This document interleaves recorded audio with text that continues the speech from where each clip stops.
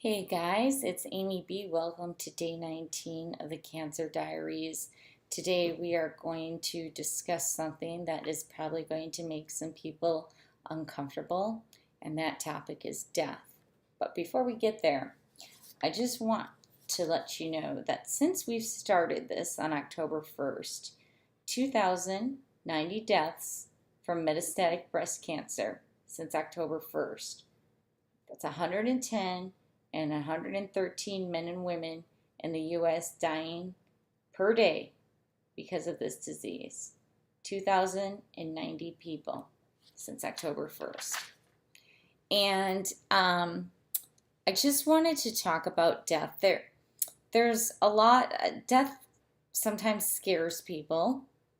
It confuses people, and some people don't think about it. I've always been one to think about death, but I think that with my diagnosis, I've thought about it a bit more than I normally would have.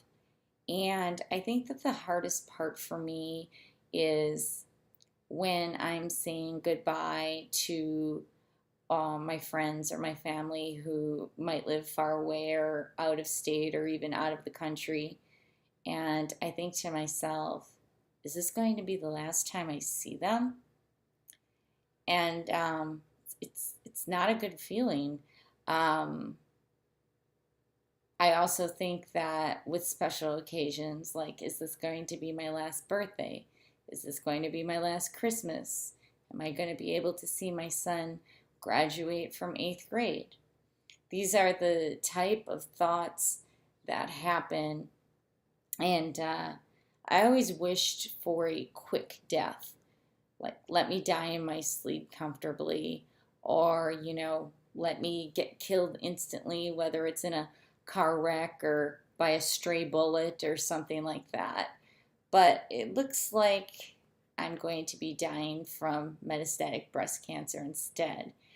And because I have managed to outlive the statistics, which I'm very grateful for, it's become a little bit harder for me because I feel like this is almost the long goodbye.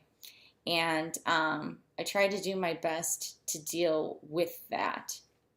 And I wanted to leave you with two quotes about death. And I believe that people close to me have died, and I think that wherever they are, they're not suffering and they're better than where they were. So perhaps in another day we'll discuss heavens and afterlives and reincarnations and things like that. And again, this is only my opinion. You don't have to agree with it. And quite frankly, I don't care if you do or not. Um, but I wanted to leave you with two quotes. I really enjoy quotes and positive reinforcement. I'm constantly like saving little quotes on my phone from Facebook or Instagram or whatever. And then if I'm having a bad day or I need a little pick me up, I just go ahead and read some of the quotes to remind me to be grateful for life, even if it's not the life that I planned.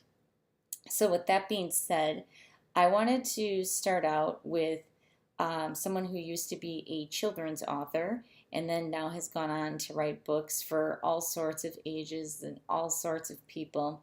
She's a very respectable woman. Her name is Judith Viorst.